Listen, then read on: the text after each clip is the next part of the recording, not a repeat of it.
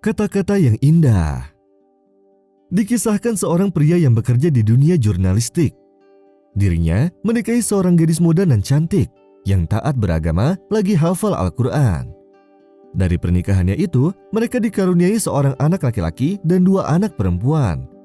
Sang ibu selalu mengajari kepada anak-anaknya untuk berakhlak mulia, menghafal Al-Quran dan menghafal hadis-hadis. Sedangkan si ayah justru mengajarkan perihal bahasa, sastra, dan perihal dunia lainnya. Melihat hal itu, si ibu merasa sedih karena suaminya hanya mengajarkan perihal dunia saja kepada anak-anaknya, agar si anak menjadi seorang yang terpandang secara keduniaannya. Ia pun kerap membangga-banggakan anaknya perihal kefasihan mereka dalam berbicara, jika dirinya sedang berkumpul dengan teman-temannya. Saat anak-anaknya beranjak dewasa, sang ibu pun meninggal dunia, dan kedua putrinya menikah dengan pria yang hanya memandang rupa dan kefasihan bicara mereka. Sedangkan anaknya yang laki-laki menikah dengan wanita desa, tapi taat beragama lagi hafal Al-Quran. Karena itulah si ayah kurang menyukai menantunya yang satu ini. Alladzina amanu wa tatma'innu qulubuhum bidzikrillah. Ala bidzikrillahi tatma'innul qulub. Tibalah masa pensiun bagi sang ayah. Saat uang pesangon turun, ia berniat membagikan sebagian uangnya kepada anak-anaknya. Ia ingin memberikan uang yang banyak kepada kedua putrinya, karena merekalah yang membuatnya bangga. Sedang ia hanya ingin memberikan uang yang sedikit kepada anak yang laki-lakinya, karena ia mempunyai istri yang kurang ia sukai.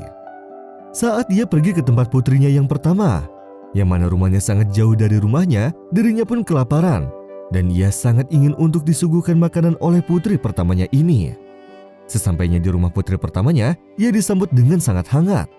Lalu mereka berbincang dengan kefasihan bahasa mereka.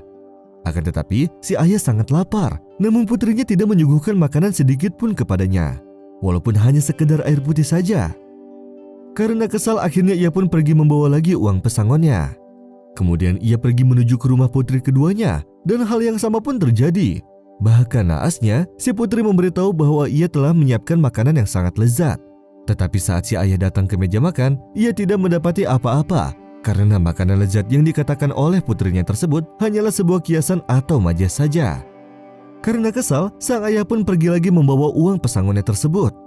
Lalu tibalah saatnya ia pergi ke rumah putra satu-satunya, dan ia pun sangat kelaparan. Saat ia tiba di rumah putranya, sang menantu langsung menyambutnya dan ternyata ia sudah menyiapkan segala macam makanan untuk kedatangannya.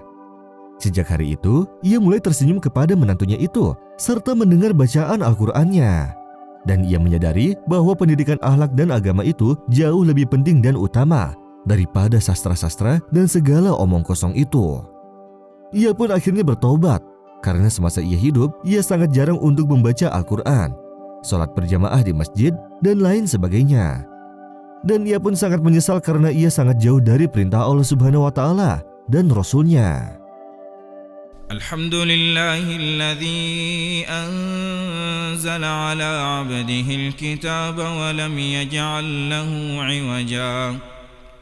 قيما لينذر بأسا شديدا من لدنه ويبشر المؤمنين الذين يعملون الصالحات أن لهم أجرا حسنا ماكثين فيه أبدا وينذر الذين قالوا اتخذ الله ولدا ما لهم به من علم ولا لآبائهم